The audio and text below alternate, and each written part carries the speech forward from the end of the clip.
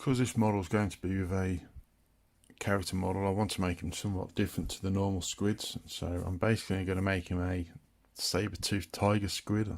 Mouth's already been painted pretty much. Although it was undercoated white, I've actually applied more white onto the underside and around the face, just to make sure that it's a good base coat. And next it's time for to start applying the orange. I actually have a couple of photos for reference. So for example, although most of the leg will be orange, at the ends there it's white, because I want to try and simulate the same kind of look as a tiger.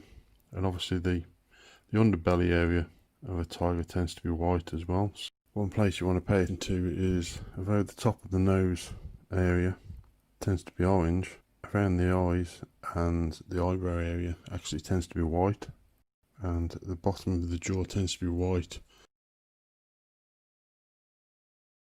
What would be the upper lip type area.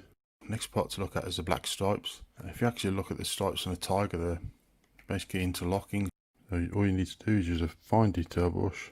One thing worth pointing out here, you may not have noticed, is I haven't actually put any highlights into the orange, or the white for that matter. The reason why I haven't done this is if you start highlighting it and then you put a pattern on as well, it actually makes the image too confusing and it ends up making it look worse, not better. When we're painting this miniature is the fact that obviously the eye will be white, and because I'm trying to make it have this kind of tiger-like look, there's actually patches of white around the eye itself, so obviously there's no distinction between the two. The easiest way to get around this is a little bit of null oil and to paint around the outside of the eye.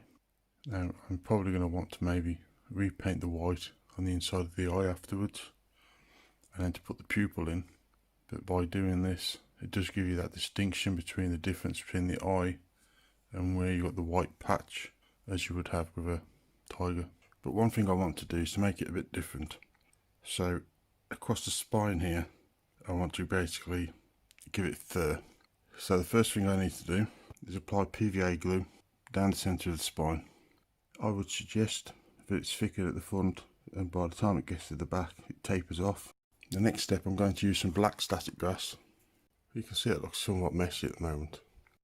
First off, these bits, they'll come off quite easy. But what I'm going to suggest now is you want to use a brush which is dry. It hasn't been used for quite a while, because if there's a small amount of moisture on the brush, then the static grass is going to want to stick to the brush, and you don't want that. And all you need to do now is gently coerce those bits of static grass so they want to come up right. But like I said, if you do this with a brush which you've recently cleaned and it's therefore got moisture in it, all the bits of static grass will just stick to the brush. If you like the video, remember to like, share, and click on the button on the lower right hand side to subscribe.